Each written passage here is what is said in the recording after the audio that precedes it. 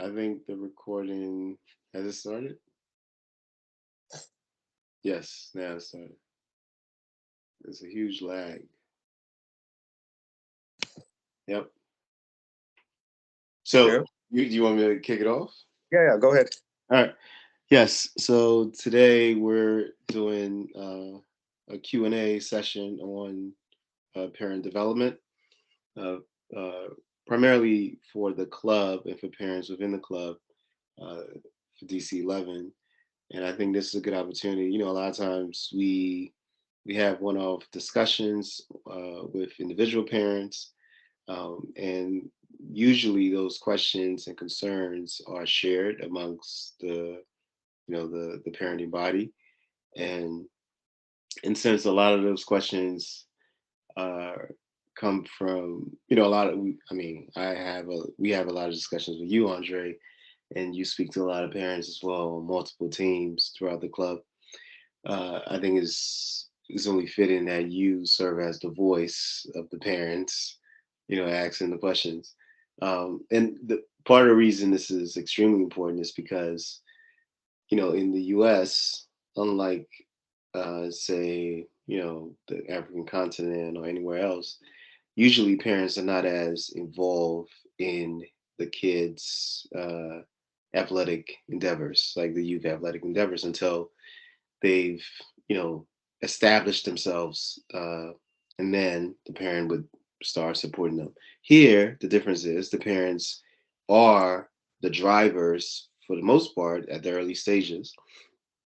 And if the parents are not, and the other part of this is the fact that in the US, most of the parents are not native footballers, right? They don't come from this culture, and so they may not have a good appreciation or understanding of what inside looks like, and what the development journey, what that looks like and what it takes. And so certain things you may see us doing or you may see another club doing may not uh, be intuitively understood, and so I think it's good to, and we'll probably do this as a series where you're regularly asking questions, and then we're recording this and sharing this with the club as a whole.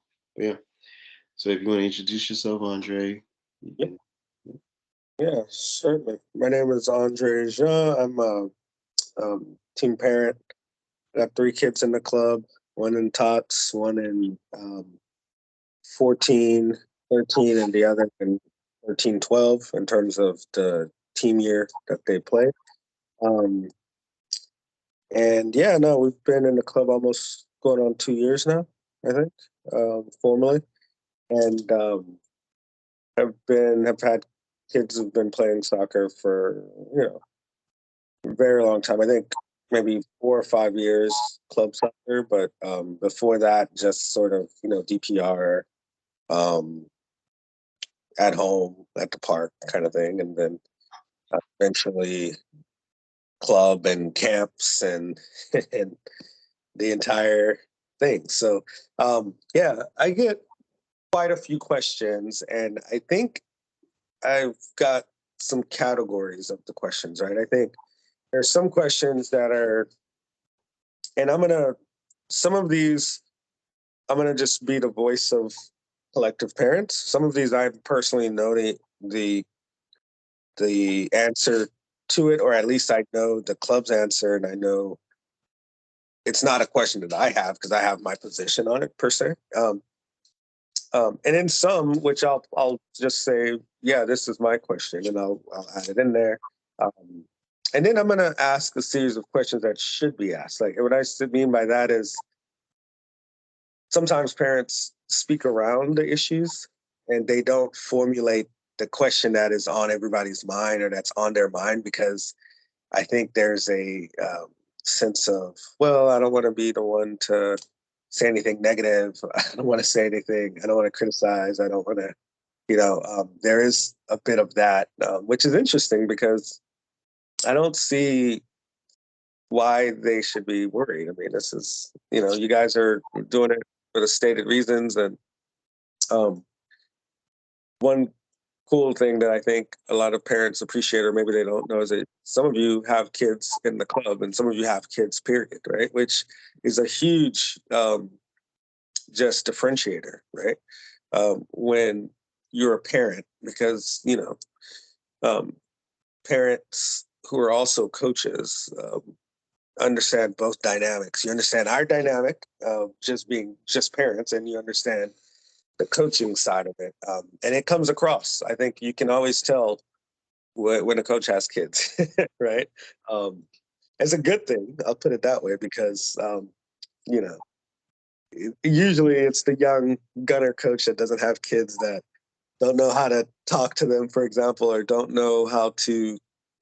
And kids are different. And I heard someone say the other day, like, oh, kids these days are entitled, and so I think sometimes it comes with um, assumptions about how kids are being raised these days versus um, other day days of past. So I'll start it off with a few um, sort of what I would call development category questions. So the first question is like, you guys are big on the culture of football or soccer, right? So here's the question, and this is a formulated parent question, right? Yeah. Is the culture part of all this that important? You know, why is that emphasized so much? The culture. Why is culture emphasized, and why is it so important?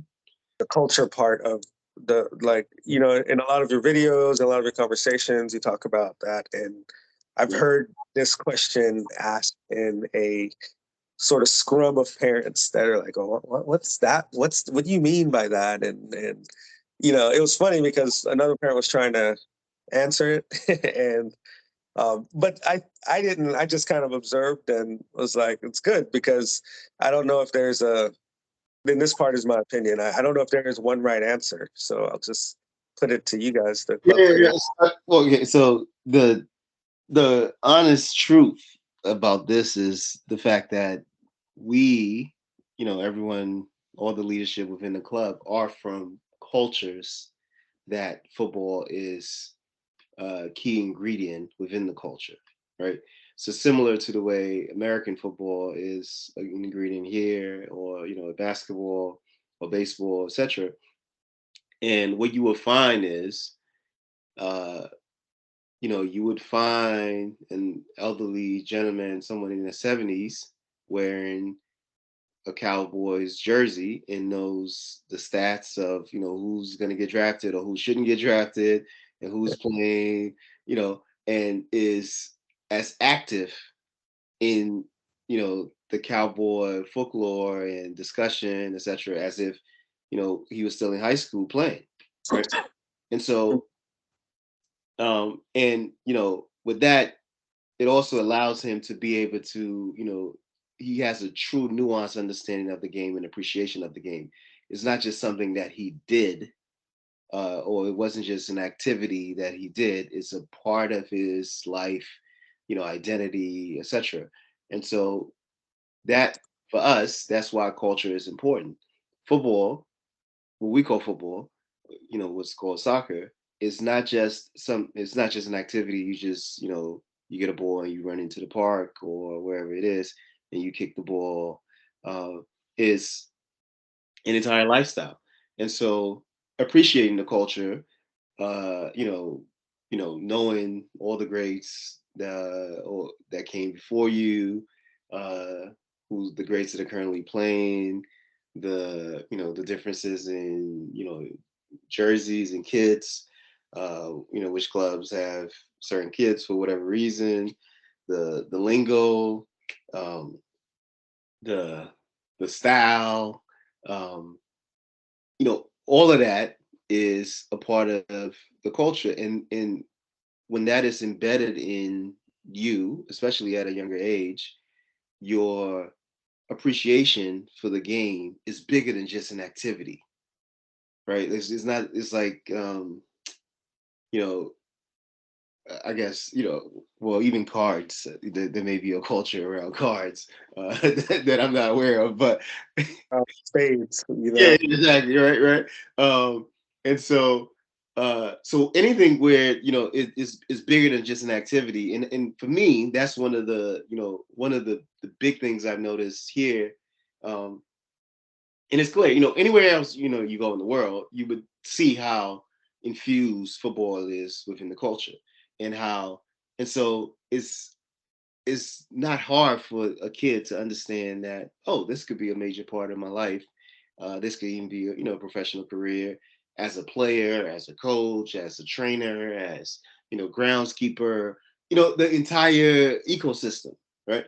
Um, and and and so this is understood, and so even the way they approach the game, um, as a player or as a fan, is different. And I think for us, it's extremely important. And beyond, so to add, uh, in addition to that, is it's just more fun. Like, the game is more fun when you embody the culture of the game. Like you would have a celebration, as an example. You understand why it's important, or like, to have a distinctive celebration. Like, even now you have, there's various celebrations, from Holland to Mbappe to to Ronaldo, etc.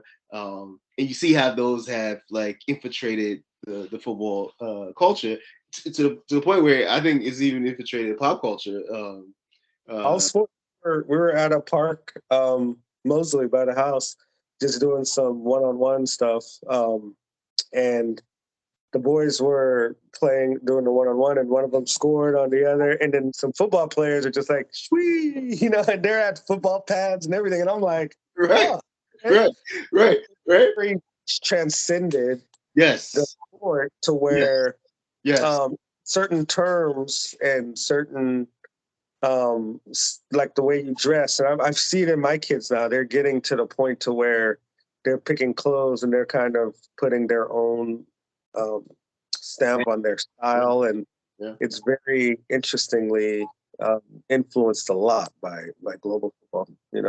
yeah. Uh, Yeah. So culture is, and culture is fluid, and culture is constantly changing. And we embrace that, and we think that really adds to what makes the game more enjoyable, and something you can truly be a part of. It's not just when you're, what you hear a lot is, oh, I used to play soccer when I was in elementary school, right? Like, and then that's it. Like, it's like, yeah, I played it when I was, I don't know, 7 or 8. Um, and I think for us, we think it's important. We've been, in the game since we were babies. We're still in the game, and we will continue. Just how, like I mentioned, the elder gentleman that's a Cowboys fan in his 70s, and he's been that since he was a little kid. Very good. Give me a second here. I just transitioned to my computer, and I'll ask the next question. Sorry. Okay.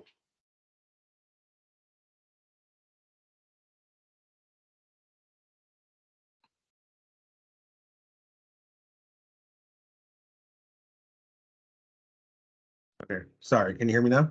Yeah, I can hear you. Okay, good. Um, Also, I was just told by my system that, okay, maybe camera's working now. Yeah, I can see you as well. All right, cool. Sorry, I had this in a Word doc.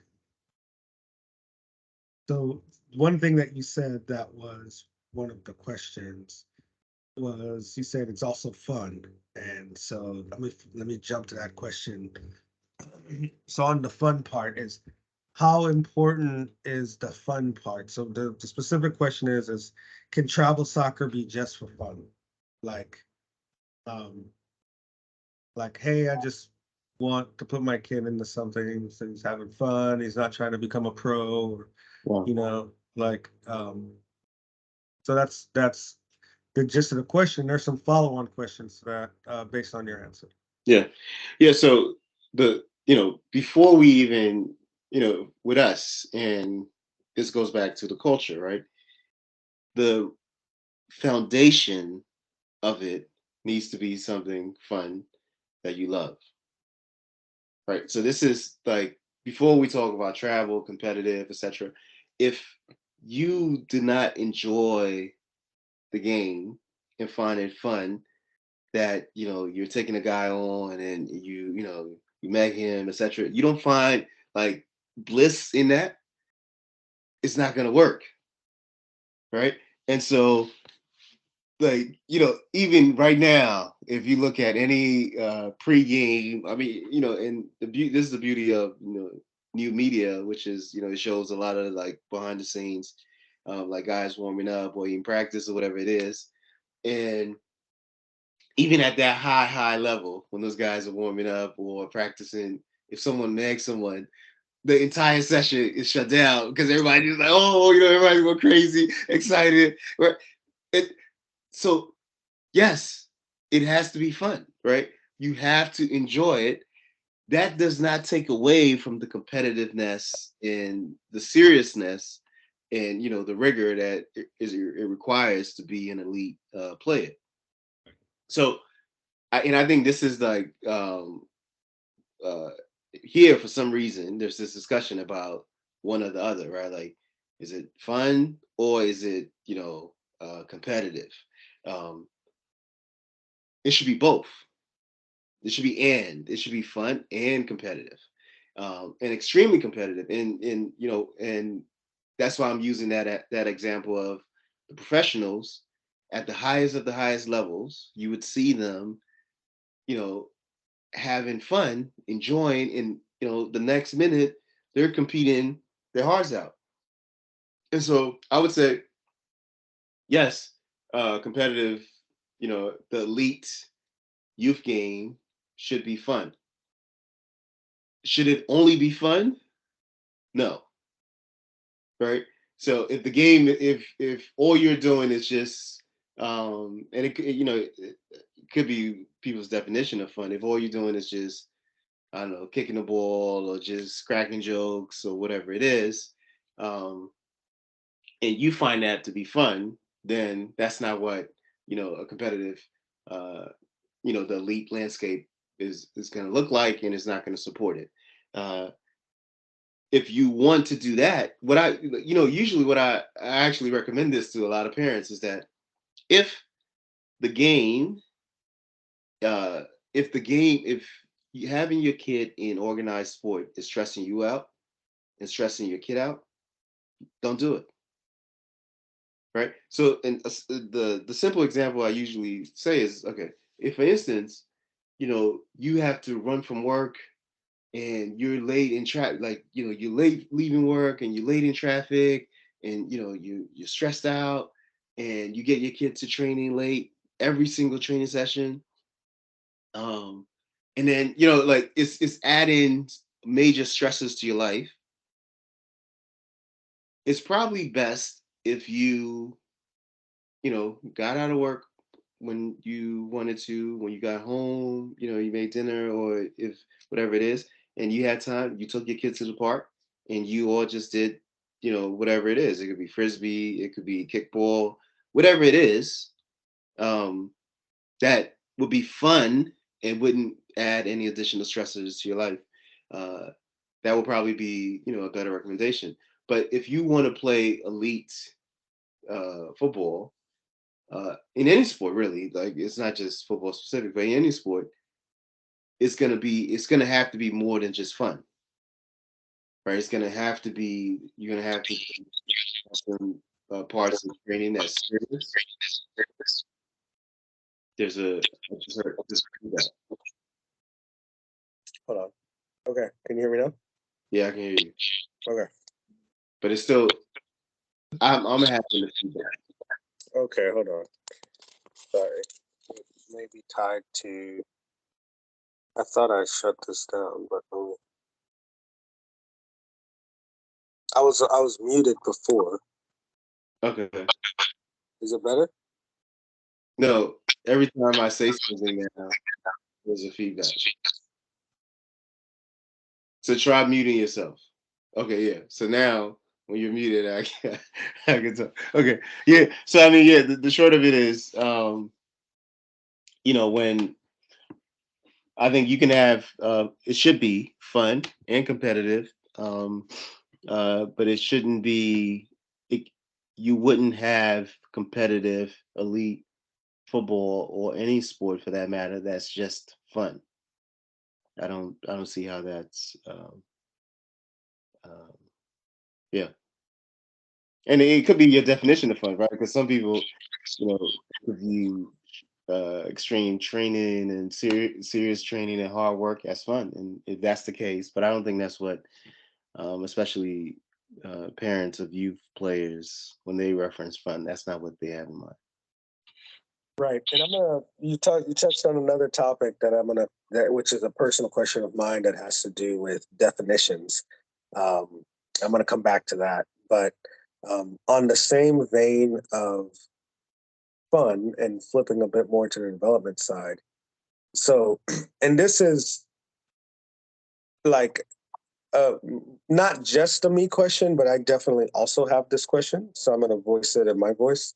Um, so if I consider myself, say, a parent slash kids that are doing this in a more serious manner, or let me put it this way, like we're not here just for fun, because my definition of for fun has another word that also starts with F, which is free, and the program is not free. And I feel like, hey, we can have fun in the backyard. And I tell my kids this every week, that if it ever gets too stressful or if it ever gets not fun, we can just, especially during the pandemic, we did a lot of like just same thing we talked about, megging each other moves, like we have an ongoing meg contest in our house. It's crazy. Everybody's in on it, and it's just one of those things. That's I'm like, we can do this all day and have our Saturdays, right? But we do the travel, the training, and all of that because it's serious. So this question is more of, as a parent of, say, maybe kids who are taking this more seriously, should I be concerned if someone who's not is impeding my kid's development? Like, because individual development is one thing, but team development is the reason we're here. You know what I mean? And not just for football, right? And like life skill, like being a team player in life. Um, Learning to depend on others and having others depend on you, responsibility. I see those serious undertone, those things as part of it as well. So, um, is it too much to be worried that, like, oh, well, Timmy over there is always like, you know, he's here just for fun. It's clear, right? It's basically kickball or dodgeball or, and if that's happening, and let's say my kid is paired up with him, and you know, because of that, coach yells at both of them, and now my kid is like, "Hey, I wasn't the one," So, is it a real issue, or should we just let it go? It's like, okay, whatever. It'll be, the kid is not going to lose out on development over the lifetime of development, right? Yeah, yeah. So, okay, mute yourself. Yeah.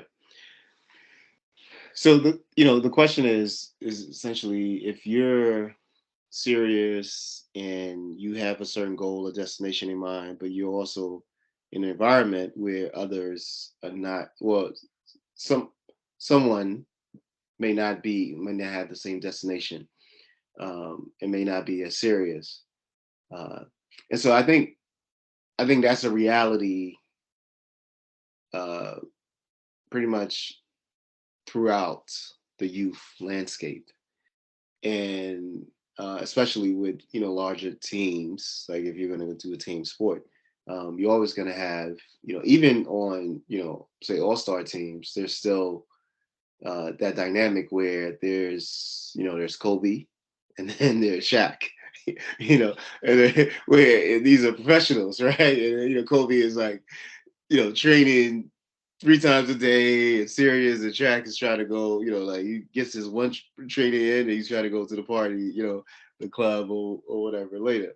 Um, and they both end up legends, and great. And at the youth level, one of the things to really keep in mind, and this actually kind of ties in for any player that's has a serious long-term goal to develop at the highest level. Um, a good portion of their development is going to take place outside of the full team environment. So what essentially is going to happen is that player is going to do a lot of individual training uh, by themselves, right? So it's just them and whatever. If it's basketball player, it's just them and in the hoops, and they're shooting 1,000 free throws.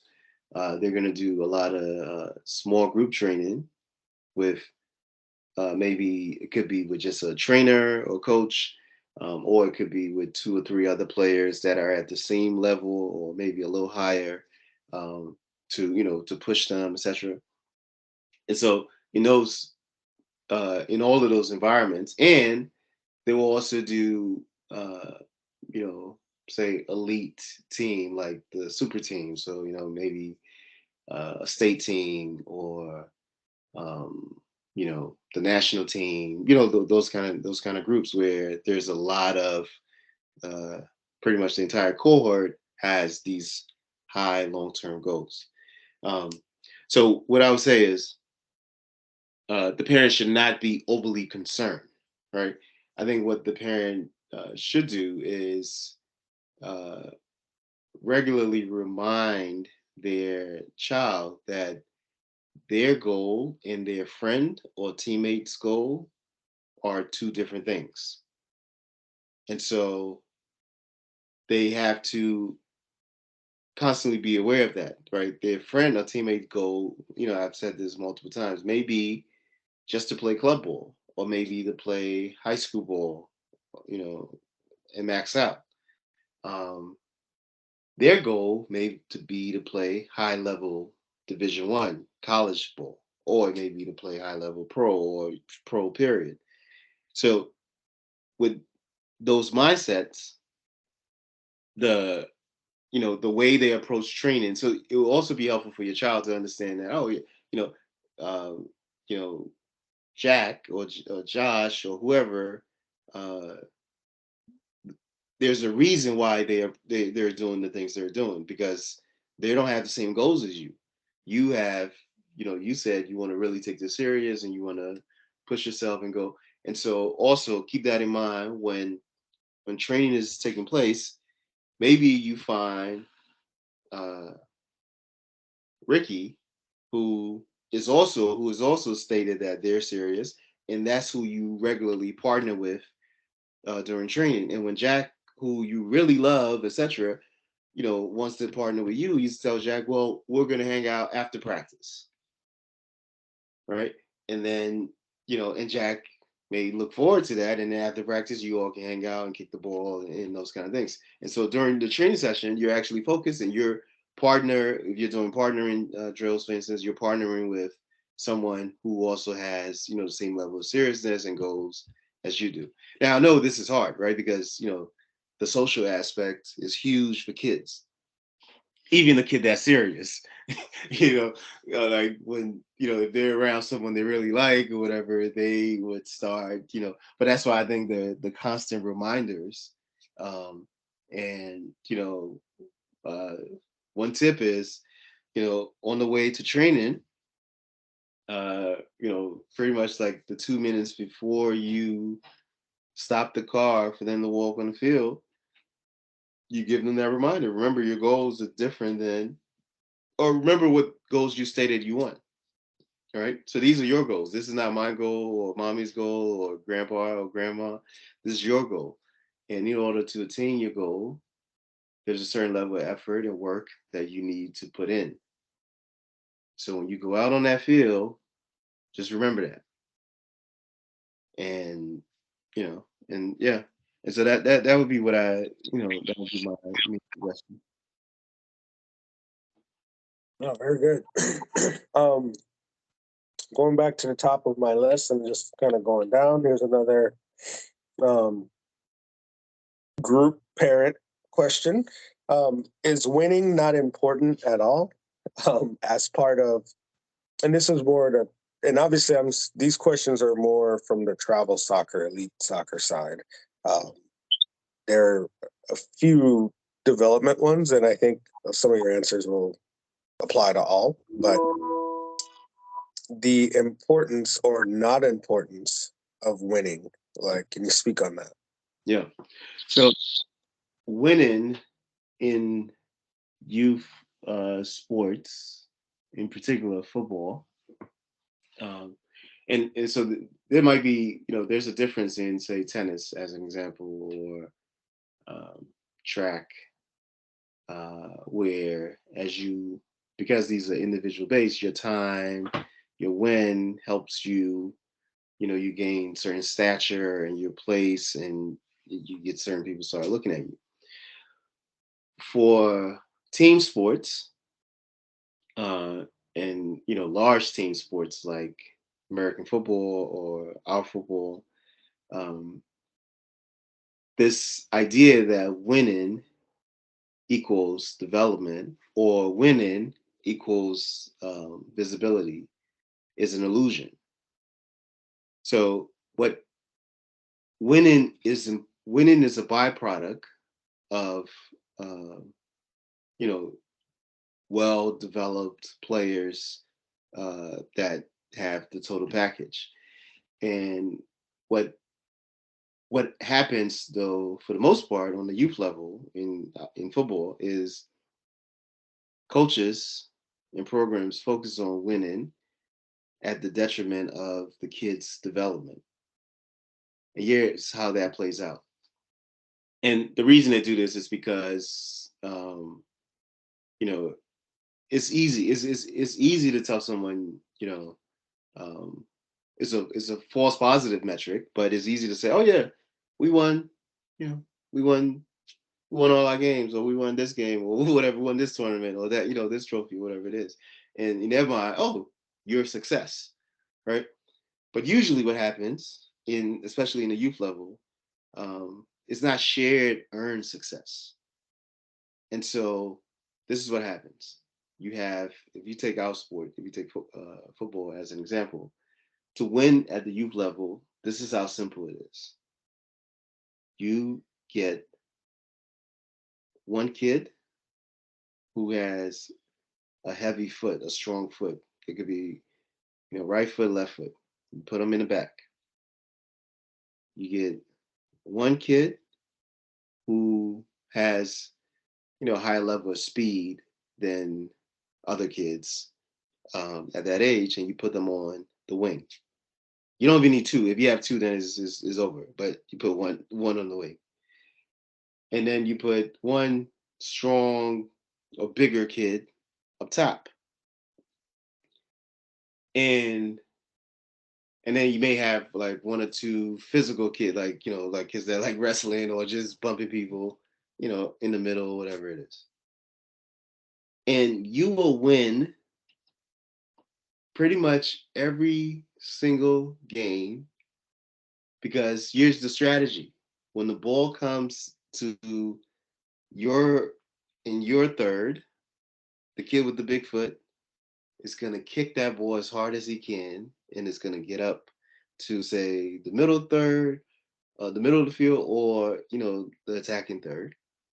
You're and either one of your fast kids will push that ball, cross it, or play it to your stronger kid who will turn and score, and then you'll run up to score.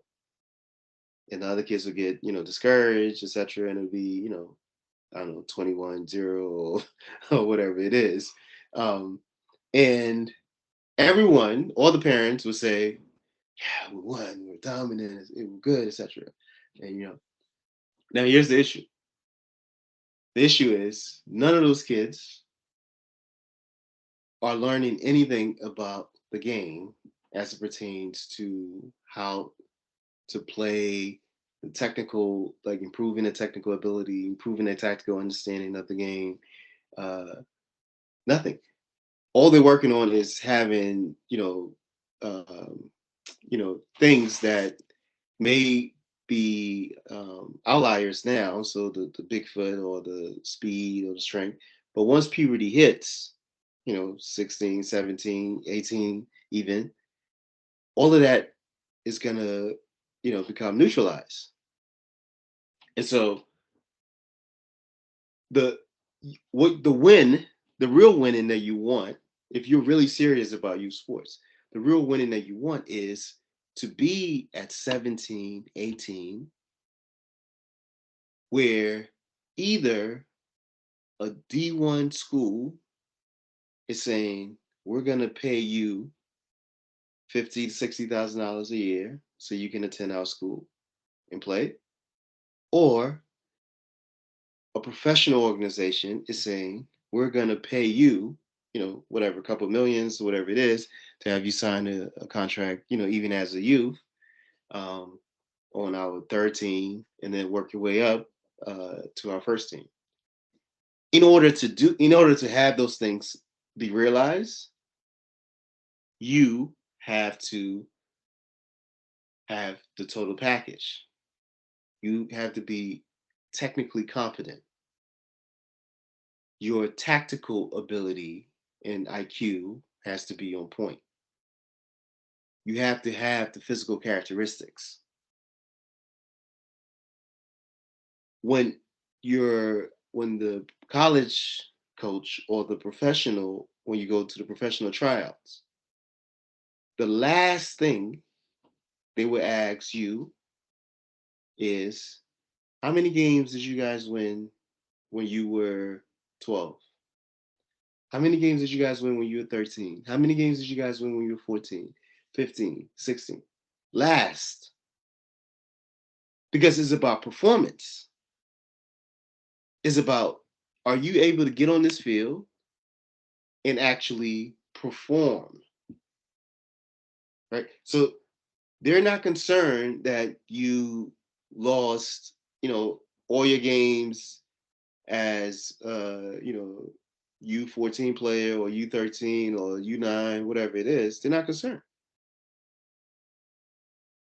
So but that's and then the other thing is, with winning at the youth level, again, like I said, is you just need, like, so if you're on a team of 3 players, even, what you have sometimes is you have a team and it'll be one player that's such a dominant player, and at the youth level, it it's like, it's so um uh visible, and the impact of that is so much, right? So that player wins the games. The player scores 10 goals a game or whatever it is. And then all the other players that's on the team that's not actually developing or, training and putting in work to get better, they're not developing. So even though the team has won, 200 games in a row, when the scouts or whoever comes to see the game, they just want to see that player. They're not, like, is not once in history, especially as it pertains to our football. It happens, rarely in like small team sports like basketball, where I think I told you, like the Fat Five as an example, right? Where, you know, but the reason it happened with the Fat Five was because it was the Fat Five, because all 5 of them were ballers. So if you came to see Jalen Rose, then you'd be like, wow, Juwan Howard is a beast. But then you're like, oh, Chris Webber, he's getting so you, and so that's the real goal. But to achieve that goal, that's extremely hard, because it really happens that kids and families, stick around for the long haul. What usually happens is, if they were winning a lot as a youth team, and this happened actually, it happens a lot where, they were dominant at maybe, I don't know, U8, or even U9. But then at U10, they start losing because the things that made them dominant, other folks started getting stronger or faster, right? And instead of focusing on, you know, continually training and becoming technically proficient, they're focusing on this false metric, which is winning. And so they then look for another team that is currently winning, right? Like I call it momentum trading. Like if you're in the financial world, you understand it, right? So there's long-term investors, which is development, right? And then there's momentum traders, which is a lot of parents and families that are looking for, okay, this is what's hot right now. They're winning. Let's get on that board. And then as soon as that group stops winning, then look for something else that wins, right? Um, and that's hidden in a lot of things. Like people say, oh no, it's not that they're not winning anymore, or it's the training, or it's not the training. The training didn't wasn't there wasn't a major change from when they were winning and the time that they're not winning. Um, it's the fact that they're not winning, and that's an easy metric to gauge yourself on. Yeah, and so a couple of follow-ups, but a real quick and easy flip side to that is, okay, if you're losing all the time as opposed to winning all the time, right? Um, can you learn while being on a quote unquote losing team, right? Right. Um, I think I know the answer to that question. I have my position on it. But but think about the question from the perspective of the child's psychology or the child's like um, self-reflection of himself, themselves. Um, One thing that I've seen done before, for example, um, not this club, but I've seen it done, and it was um, this tendency to blame the ref or to say, "Oh, those kids, they're from this culture, and that's just in their blood," and what I started to see was no matter what, there was some excuse for why you weren't winning, why you were losing, and so personally, I felt like that's just getting comfortable in a mentality that's just foreign to me personally, and not just sports. I'm talking about in general, like just the idea that like, oh well, this is a result. Oh, the ref cheated, or this happened, and then it was at first it was the kids are very much to a certain extent your coaches is like part of the parent team in a way, right? So they're kind of like an extension. They're like a temporary 1 hour, 2 hour parent, for that moment. And so they just like with regular kid parent relationships, they tend to mimic what they hear, right? So when I started hearing that, I shut it down really quickly within my um, family, and we actually changed club as part of that reason. It was just, and the winning losing wasn't so much an issue, but it was what you would say. So following up on the question, like you know can you learn if you're losing all the time, Mm.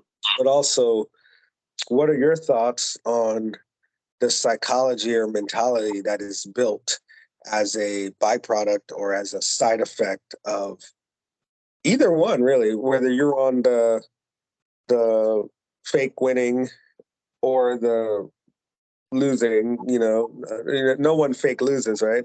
No one wants to. It happens. And you can be two great teams that have very developed players, and someone's got to lose, right? So it's we're not talking about the 5-1 or the 5-3. We're talking about you're losing 11-0 every week, or 7-0 every week. The ball is never leaving your back. So if you're developing as let's say it's your turn to develop as a forward, you're chilling because the ball's never getting to you, so you can't develop as a forward, right? Or at least, that's that last piece was my opinion, but is that a correct position, right? So let me mute. Okay. Yeah. So here's what what it is, and the first part of this is you can. There should be an honest assessment, right? So one of the realities I think is, given the nature of the sport here, is that there's a lot of kids that are not prepared to compete, that are put that are competing. And and so, for instance, if I if my group is training, vigorously, and they have all the tools to compete, and I come against you, and you haven't, like, you're just doing it for fun, right? Then it's gonna look like competition, but it's not competition. It's like because I'm coming in to, um, you haven't even learned how to run yet. Like, your motor skills, you're not even refined, and you're not trying to do that work. So that's the first part. The first part is that I think there should be more of an emphasis on, and again, this goes back to the early stages. There should be more of an emphasis on building the technical baseline to be able to compete. Now, it's difficult because, like at the U8 level, or the U9, or even U10, those are really early years. And, some kids, unless they came from a family background, an athletic background, they didn't start playing sports or any of those things until maybe when they joined the program, right? And so, and then, but they're going against someone who, like you said, your household, they were playing at 3, 4 years old, right? They were moving and all those kind of things. And so those kids, your kids, as an example, have, uh, it may not be noticeable, but they have a huge, uh, they have more hours put in. They literally just put in more time so that they're better prepared to compete. Okay, that's the first thing. The second thing is, um, can you learn if you're losing? And I think, you kind of even just pointed it out.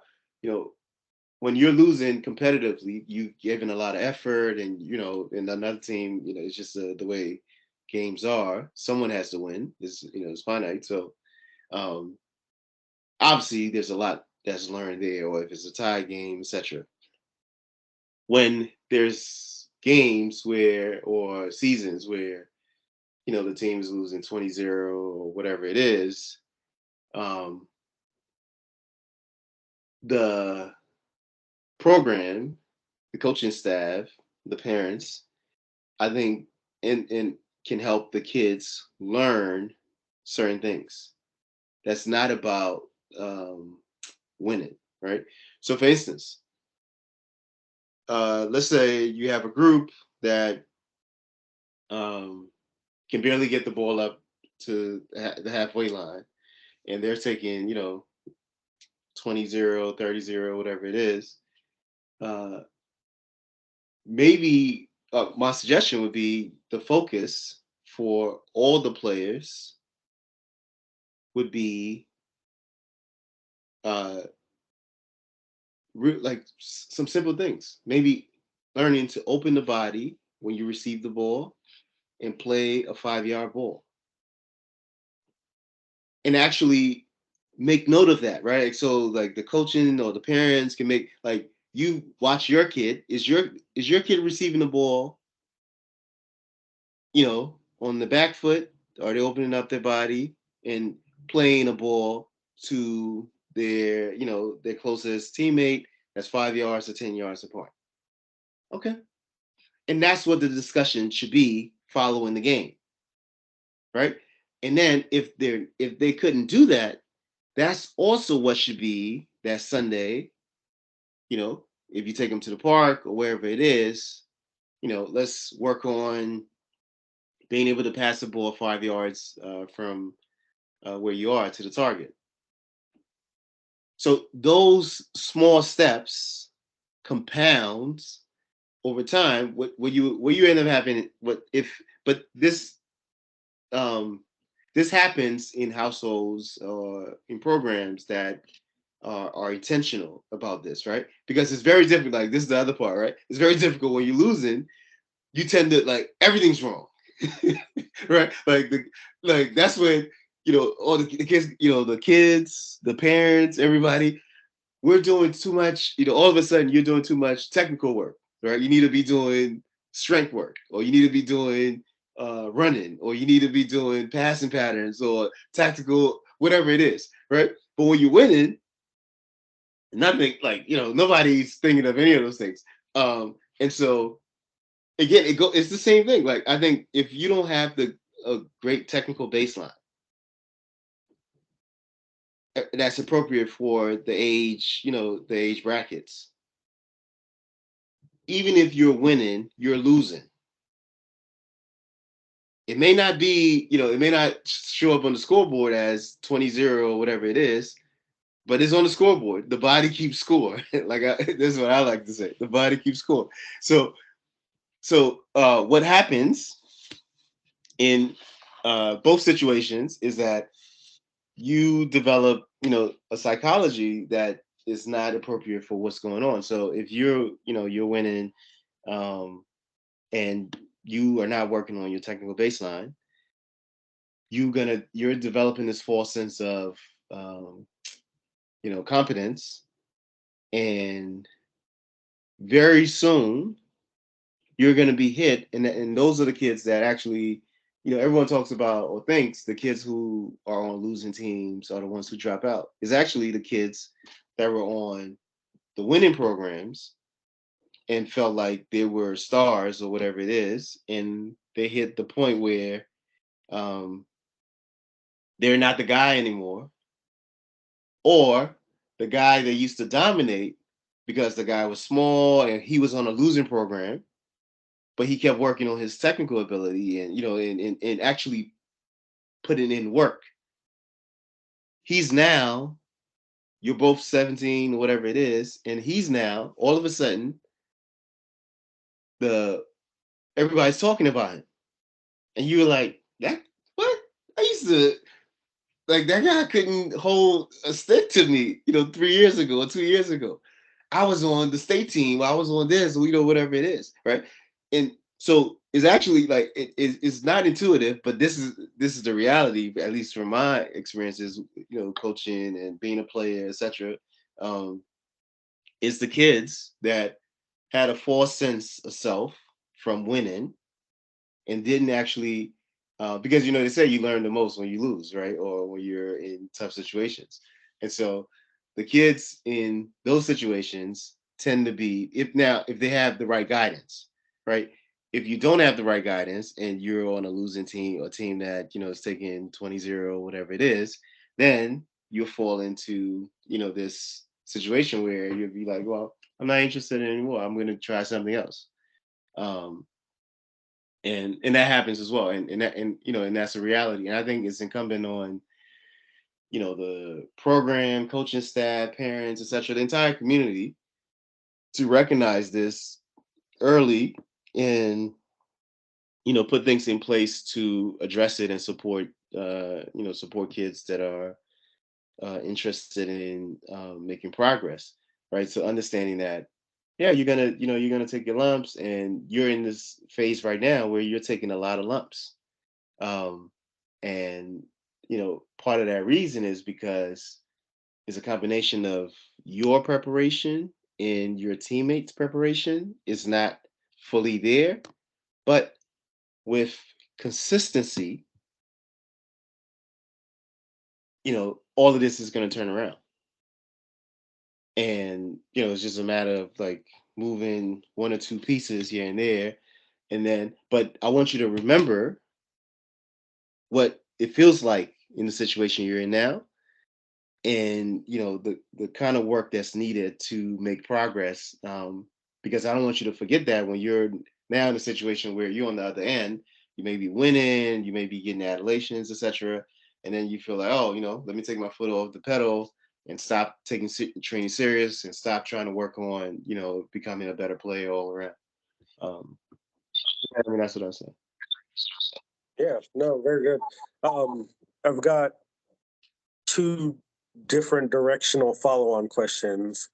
And I'm looking at the time, and we're definitely gonna have to do a part two or like a series, like you said. So I'll ask those two questions, and then I'll let you. I'm still good on time, but I'll let you sort of drive and find a good place to pause it. Yeah. But you made a comment that reminded me of the most recent Freddie Adu story that came out when you said the body knows, right? He had some very interesting, it's the things that you would never realize. Only he would know, and his teammates would know. Yeah.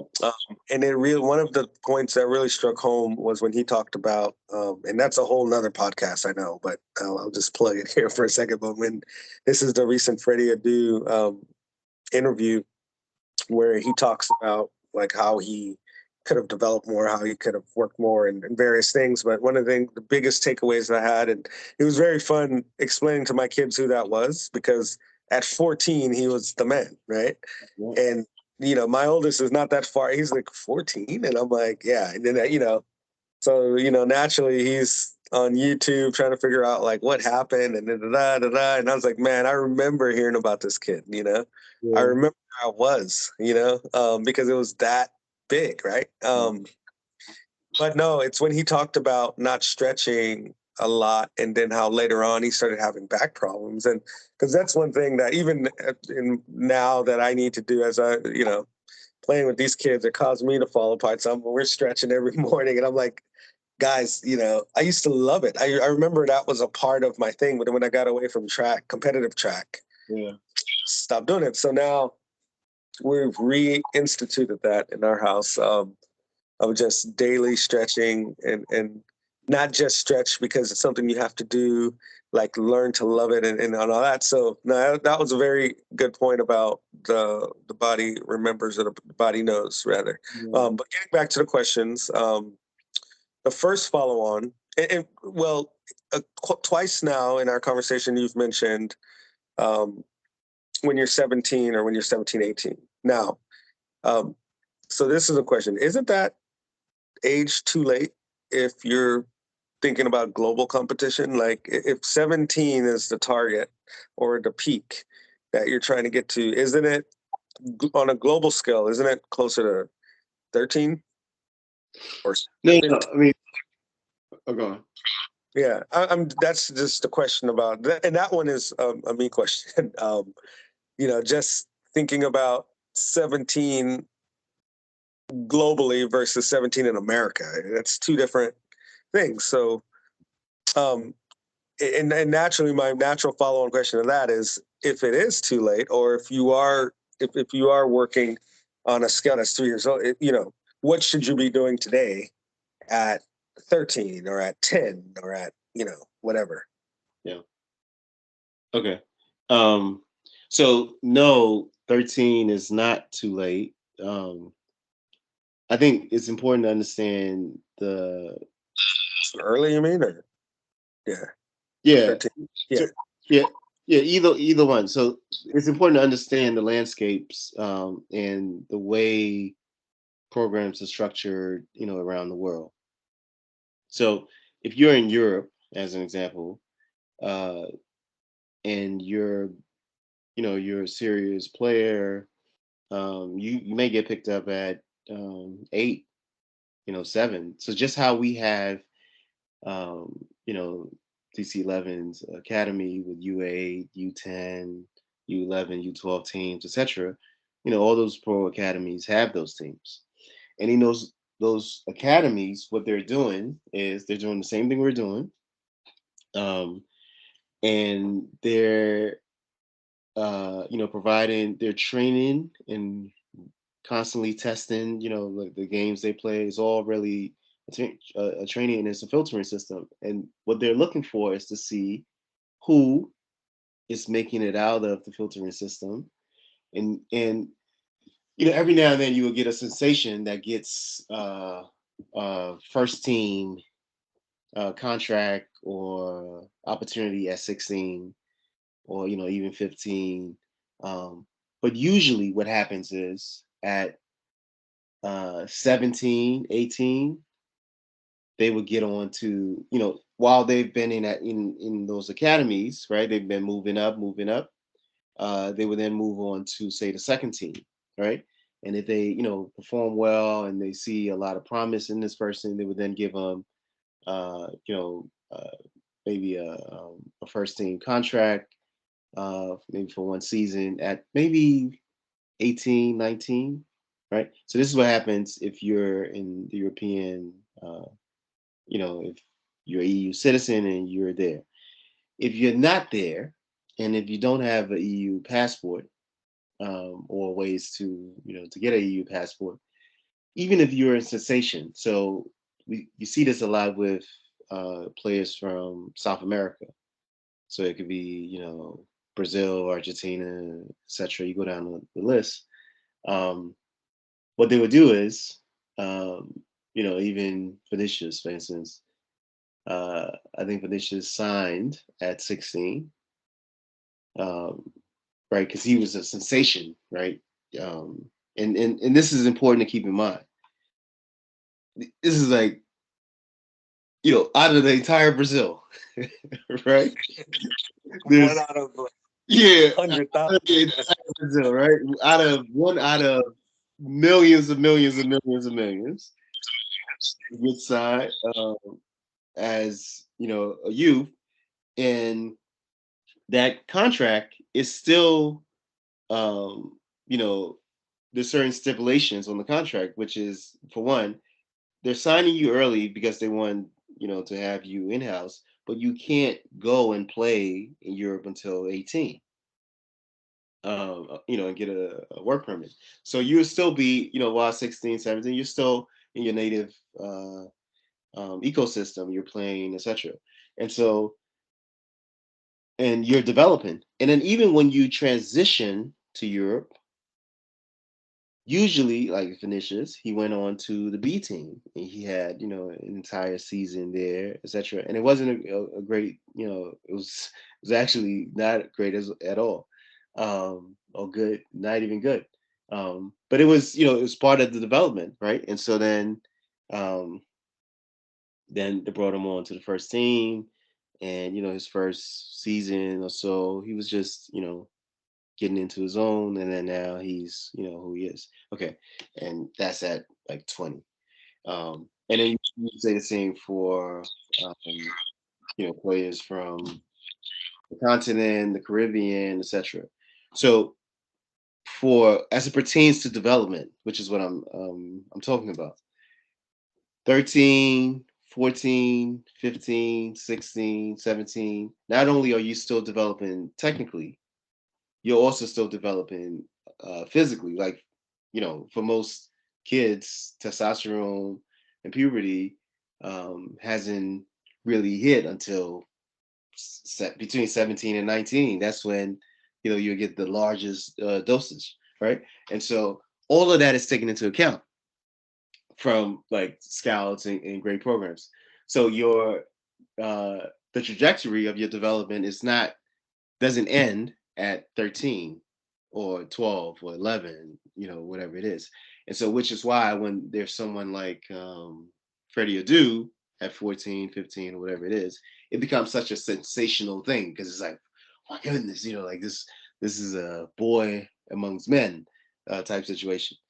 It's rare, it's extremely rare. There's very few cases where it's worked out. And this is not just unique to football. This is the same thing in basketball, and like you go down the line. Yeah, everybody talks about Kobe and LeBron, but there's an endless list of guys. Right. Um, you're In academics too. I mean, you hear about these kids that were, prodigies, and then they go to college early, and then what happened to that kid, and then you read the stories, and So it happens across the board. And so there is a bit of managing that development. Um, and I think in the environment obviously is a huge part of that, especially thinking about Freddie Adu, and he talks about College Park, and I'm like, oh, I know where that's at. I know exactly where this guy was partying at 14, right? So it's like, there's all of that. But let me let you continue. Yeah. Yeah, yeah. And so what I would say is if you're 11, 12, 13, 14, 15, 16, 17, and you haven't hit the spotlight yet, all right? You haven't gotten the major pro contract or any of those things. I would say is the perfect time more than ever to double down on your training, right? So, if you're in a unique situation where you like summers as an example, right? Summers is a great time. If you're one of those kids that you're saying you really want this, and you can do a self-assessment yourself and see where you're not the most dominant person. An easy way to do this is look at the last game you played or pick up whatever. And when I say game, like even a training session, the last training session you was in, or a pickup game or a official game, and ask yourself, were you the best player on the field? Or were you the second best? Like, were you in the top two? If you weren't, top three. If you weren't, why? And it could be, I lost the ball, I didn't score, I couldn't, catch a guy to tackle the guy, whatever it is. There you go. Those are all things. So then you double down on training to make sure you become strong in those aspects of your game. And this is we're just talking about wherever you are, right? This is just like if you're in DC, as an example, which is a small place, it's not even a football hub or nation, right? So then imagine if you were to start expanding that to the region, to the country, then you expand it to South America. You just go down the list. So um, it's important to to be honest. I think a lot of both kids and parents, and you should have high expectations, but you should also, um, with those expectations come the required work, right? And in the summer, as an example, what I was gonna say was in the summer, you should be doing 2 or 3 a day, 2 or 3 a day sessions, 6 days a week.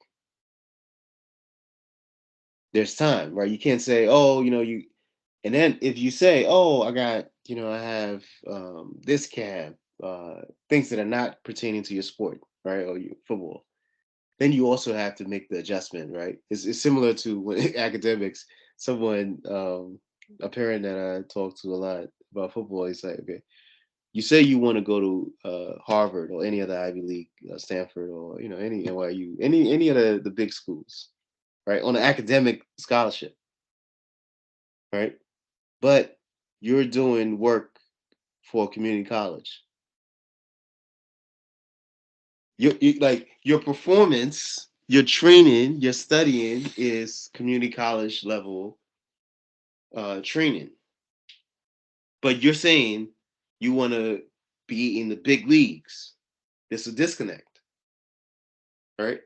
So you have the capacity, you have the potential to be at the big leagues, the schools, to go to any of the Ivy Leagues, but that requires you to put in a certain level of effort to become proficient in reading, in comprehension, in uh, whatever it is whatever it is you want to do at the school. Like you have to develop a high level of fluency to be able to even after you do all of that, it doesn't mean that yes, you're going to get accepted to the school of your choice, but it means that you will also be confident enough to know, yeah, you can sit and talk to anyone at any of these big schools. It's one thing to get in, but it's another thing to stay in, right, and do the work. Either. No, very good. Thank you. Thank you. Last question, and then I think we can pause it for another session. But this is the second follow up, which has a lot to do when you're talking about development. I think you talked about, you know, puberty, physical development, mental development, like your development of your mental understanding of the game. Obviously, there's emotional intelligence, like um, knowing when and how to talk to a player who is, missing balls or whatever. I think communication was the big things that I yell out on the sideline. I try not to yell out action verbs like shoot or score or whatever, but I'll say communicate, like talk to each other, guys. Talk because, they just, the particular team I'm thinking about is every kid is in their own head and they're not communicating. They're not doing the ball. They're not, and then there's other teams where they're talking. They're like, I got it, or they're communicating. They might be verbally, but they're looking. One person's raising his hand. One person's looking up. One person like just knows that his player is there, so he does like a back kick, and I'm just like, wow, okay. So, and this is same age groups, by the way, that I'm thinking of. Just two different dynamics. So I'm going back to a point that I kept bringing up earlier is the psychological development. Yeah. And I know you guys are not psychologists or psychiatrists. I understand that. But as a parent, I think you understand that a child's like how they think of themselves, how they think of um, their environment, their people around them, how they think of what their parents think of them, what their friends think of them. All those things are constantly like impacting decision making, impacting. So what is the club's take on um the psychological development of players, and then do you adjust for that, like, so for example, one big mental block that I think a lot of kids have is I've never scored, or I haven't scored this game, or I'm going through a drought,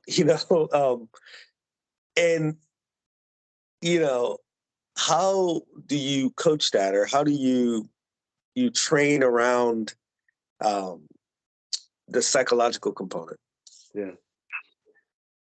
Yeah. So, I mean, I think you said we're not psychologists, but we're default everything, even family therapists.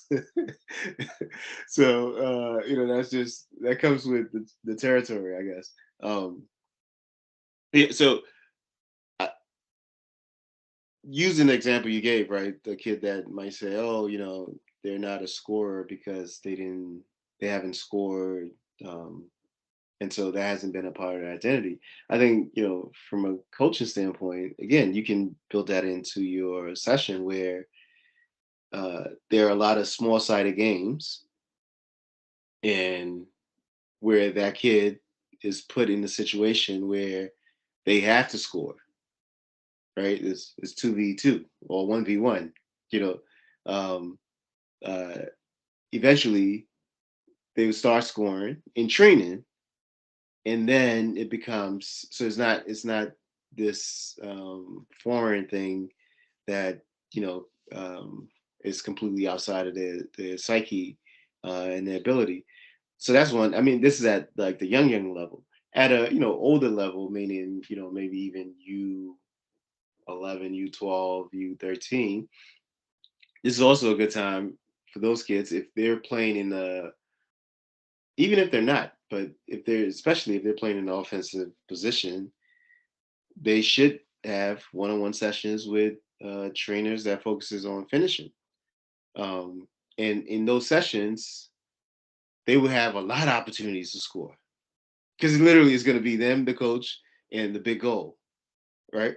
And them building in those reps because the body keeps score. This is what I always say this, right? The body keeps score. And so after you build in the reps, it becomes it becomes an extension of who you are. The ball comes, you're in front of the goal. It's like the ball comes, like like it's not gonna be something where oh, I haven't scored. It's not, like you're not, and so you're gonna work through that, especially when it's a one, because what happens a lot in large team situations is players, especially if they don't have the psychological makeup, they tend to hide, right? So, um, if it's 15 kids or 20 kids in a session or whatever it is, the kid that may be more timid or whatever is going to hide even during that session. Meaning, like, they're not going to try to get the ball. The ball is going to come to them. They're just going to play hot potato and just pass it off real quick, etc. But in a one-on-one situation, there's no hiding, right? And so if it's 30 minutes, they're going to work more that 30 minutes than they did for the 6 hours they had all week in a large team session. So there's another important reason why those, especially for those, it's important to know the kid, right? The parents should know what kind of kids they have and pay attention to those things. If you have a kid that's more timid or may not be as confident, it's important for them to have one-on-one sessions with a trainer, someone focusing on an aspect of the game that they um, are not as strong in, right? So I use finishing as an example because that's one of the premier ones that always comes up, right? It could be defending, it could be just skills like the ability to dribble or take a guy on, etc. Um, so I think it's and I, in a situation where there's a kid that has uh, may not have may be not as confident, right? Because a lot of this is about confidence. We may um, put it in psychological terms and say, oh, there's some, but a lot of it comes about, and for the most part, in sports in particular, confidence comes from extreme preparation. And when you prepared yourself, because the opposite also happens in sports, where you would have, you know, the delusional confidence, right? Where you can even be great, like if you remember, Iron Mike didn't train at all and went in the ring with Buster Douglas, and Buster Douglas knocked him out, right? That even if you're Iron Mike and you haven't prepared, you can get knocked out by Buster Douglas, right? So, but when Iron Mike is prepared, it doesn't matter who you put in front of him, he's gonna wash him, right? And so this is important. I think like it's extremely important. And training has so many aspects of it outside of the game that's important. But for me, I think it's important that the preparation is taken so serious that you're gonna get confident, and even if you don't have it, it's gonna reveal itself by your performance, right? So you're so prepared that you get on the field or the court or wherever it is, and you start playing and you start performing. Then like everybody, you say, oh, you can control the ball. You're passing, you're stopping the guy. Oh, you're taking free kicks. You're shooting. Oh, yeah, that's me. I can do that, right? But that comes from preparation. But if you don't prepare, you can psych yourself out all you want, like Iron Mike. I'm sure he like, oh, you can psych yourself out. You don't prepare. You can have this, the fake confidence, and you get in the ring, or I mean, you get on the field, and the guy that actually prepare is gonna just swoop that away from you, because the first, once he blows past you, scores, then you're gonna be like, oh yeah, I'm really not that good.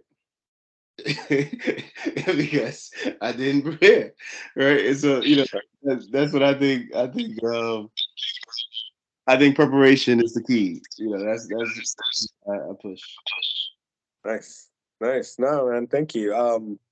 Thank you for getting. There's a lot more questions on my list. I figured, we're a little bit over an hour from the recording perspective. We can, and I'm gonna share a notebook that I've been keeping track of on OneNote with you guys, and it's just observations of various teams, and this is where the questions or the idea to have this conversation came from, right? It's from these observations, from conversations, and just trying to gather that, make sure you guys have access to that data, and do what you will with it. But again, thank you. Very informative. Um, Even I know going into this, I didn't have all the answers. And so I'm glad I asked some of these questions and learned about this. And I do think, just like, I seen you had some of these parents running that hill over at um, um, Shepherd. There's the physical learning, like knowing what they can do. And then there's also this part of it, right? The questions, the answers. I can't imagine, you know, um, there's, there's always some value in learning anything, right? And so if you're learning something that your kid is spending a lot of hours in or a lot of time in or has a high interest in, you can't lose. So thank you again for doing this. I appreciate it. I'm gonna stop the recording. Thanks. Yep.